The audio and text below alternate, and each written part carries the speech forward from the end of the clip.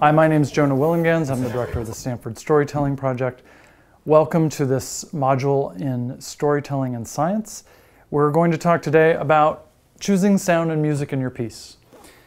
Right now, you will have completed not only your script, but actually performing the narration of your script. So we're about to move into what we call the composition phase. And we say composing, we use this word, because from this point forward, putting your piece together is a lot like creating a film or planning and designing a theatrical musical or something like that, because you're essentially mixing different sound elements together. The reason why a theatrical musical is a kind of good analogy is because essentially you have a lot of spoken parts and then you have music in between. You're not going to have your narrator or interviewee singing, but you are going to have music that's providing a function. Similarly, you may have music, just like in a musical, that plays underneath the scene, that's vamping to create a tone or to create suspense or to create resolution. So before we get to the principles for choosing music, we're just going to talk about the four main ways that people in radio and in podcast use music in their pieces. These are essentially scene setting, transitions, associating elements with mood, and representing a sonic event. The first of these is scene setting. This is the most common use of sound in radio and podcasts. Essentially what scene setting is to pick music that associates or creates a feeling attached to a scene. So if you look at your own script, and let's say you have 5 scenes, as you move into each scene, if you use some form of music, especially music that contains tone or contains the feeling of that scene, it helps us do what in texts is done by chapters or space breaks. That is, it helps separate out the segments of the story. It helps at a subliminal level, or at least at some kind of subconscious level, separate the piece into scenes. So even though you're in your spoken script going to say, you know, a year later, or then we went to the lab, or et cetera, if the music has faded out from that scene, and then we have a different kind of music that begins to come up in the next scene, that's going to help us feel that we have changed in time and space. Second, transitions. This is actually the other most common use of sound. And if you listen to a lot of This American Life, this is the dominant way that they use music, which is essentially they move from one scene to another and they want to create some break. Or in film, we would call this a suture, which is you break time and space. So let's say you're on a beach a year ago and now you're in a classroom at Stanford a year later. You want to use music in between these two things while even the narrator is maybe talking and making the transition between the two scenes. So the first way is actually often used inside the scene, and the second way is used in between scenes. You don't usually use both. Often you'll use some music in some scenes, and then your transition will not be using music. Or if you haven't used a music sound bed in a scene, you would use a transition to move from one scene to another. So the other two ways that music gets used are less common, and you may not even use them. So the third one is to associate certain elements with a mood. And elements here means a person or a place. And so you may, for example, want to say the scene of a lab experiment, and an experiment that's run over and over and over, that let's say they don't understand, you know, they're not getting the results they want, but then eventually they do get the results they want. If your story visits that scene, let's say 3 times, you might want to have a piece of music that has tension in it that appears in the first 2 times, and then that same piece of music that might resolve, you might pick a piece of music that has some resolution in it naturally. And so what's happening is it's not only setting the scene or identifying the scene with a particular tone, but it's actually associating the scene with a certain feeling. In the first 2, with anxiety or disappointment, and with the last one, resolution. The last thing is to use music or sound to represent a sonic event. So if you remember from the Alter G piece, There are a lot of sounds there, like an alarm clock at the very beginning, which are literal. That's the actual way an alarm clock sounds. You can use those, and we call that mimetic. In other words, you're using sound that are actually representing the activity that's occurring in the scene. Somebody bonking their head on something, somebody dropping a pan, somebody waking up to an alarm. But you can also use music to create the same effect. A lot of radio producers favor this because they feel that having something that's mimetic, that the audience knows didn't really happen in that scene, is distracting, that it calls our attention to the artifice. So instead they use something mimetic that feels like that thing, but isn't that thing. So as you can tell, these are sort of two more sophisticated uses of sound and music. These are the two more basic ones, and these are the ones you're primarily going to concern yourself with. So now we're going to move to the principles for choosing music for your piece. All right, here are 10 principles for choosing music. So again, you don't have to obey all of these principles. They're just here as guidelines for you. So the first one, choose music that's relatively neutral.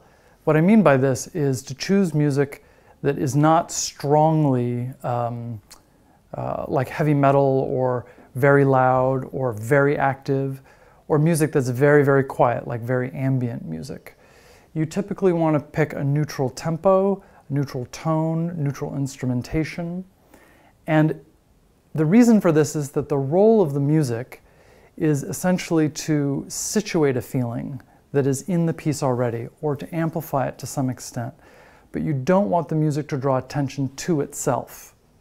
So if you listen to a lot of This American Life, Radiolab, 99% Visible, all of the sort of prominent podcasts and radio shows, you'll notice that for the most part, the only time that you're going to hear a prominent song, in other words, one that you would recognize, one that draws your attention to it, is usually either at the very end of the piece, or if that music is serving a very particular function.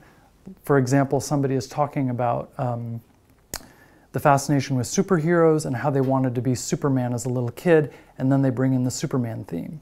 So when I say neutral, I mean the quality of the music, but also how we would receive it. We don't want to have ourselves drawn to that music. Second, you want, generally speaking, for the music in your piece to have a consistent character.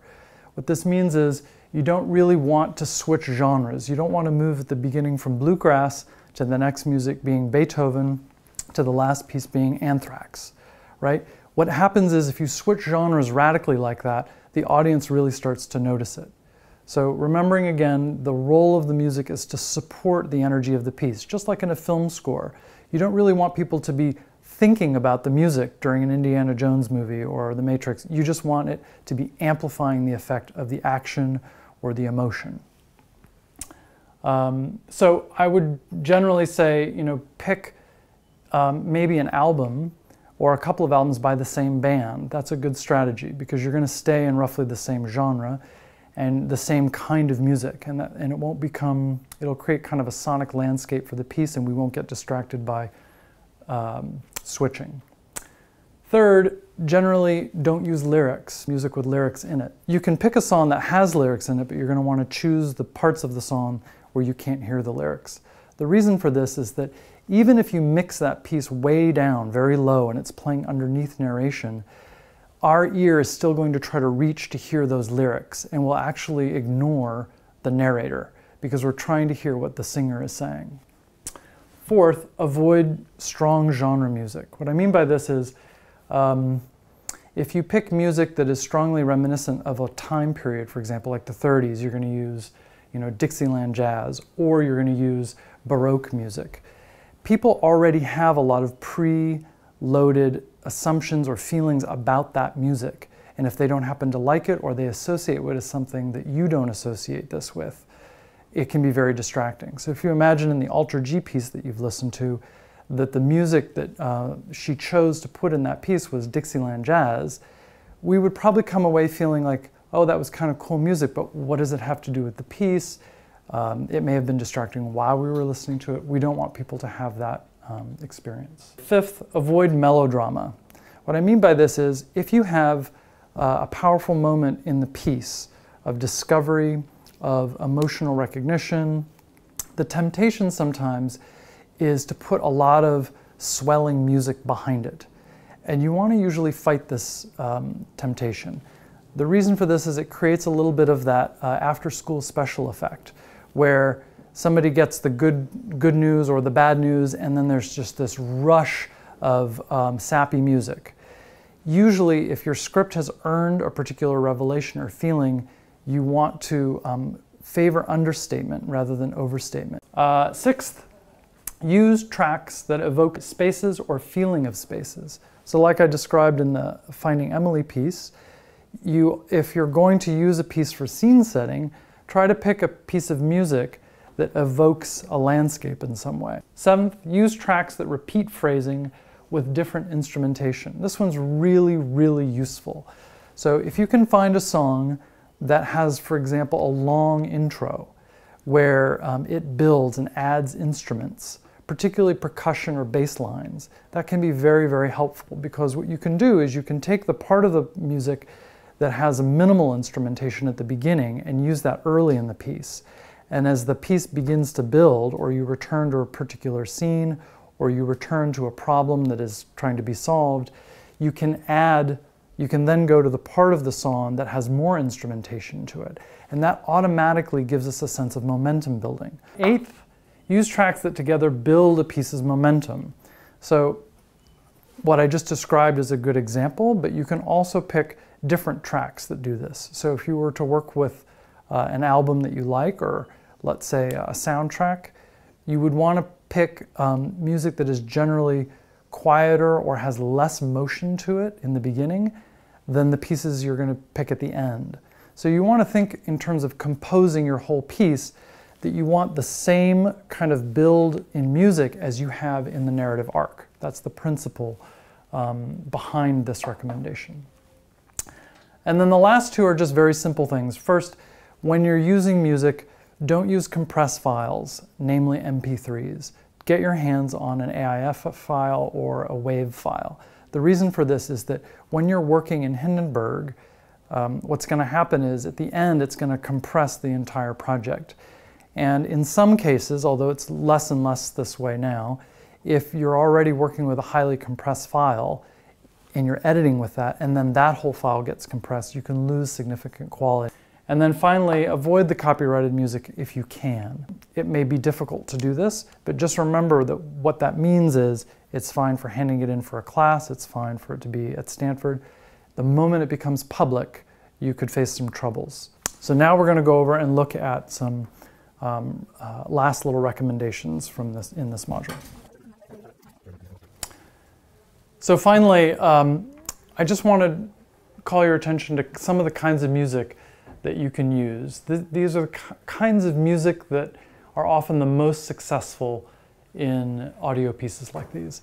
First, soundtracks, as I've mentioned.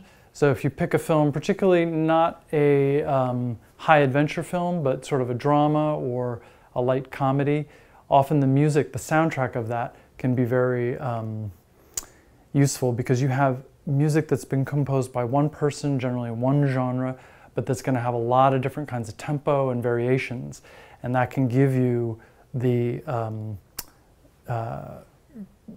kind of consistent sonic landscape that really helps pieces.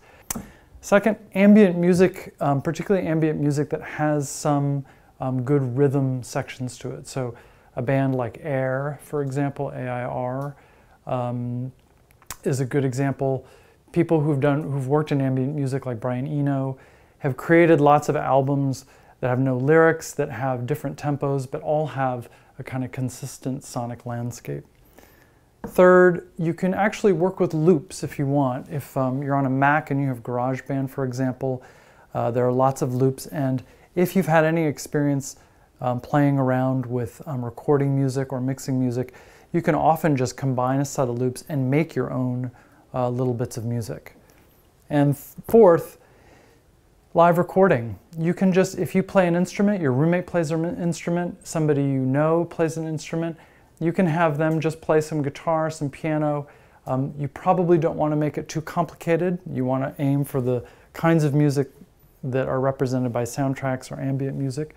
But sometimes that will give you a lot of control. You can have somebody start slow and build. This is really, we don't do this a lot because it can be time consuming. But with an audio kit, the kind of kit that you will be recording your narration with, you could record that sound. Don't try recording it on your laptop mic or just a little USB mic. If you're going to do this, if this is an option for you, speak to someone in the class, speak to Corey or Anne or Natasha or I, and we'll see if we can make available a way for you to record that with a handheld mic kit.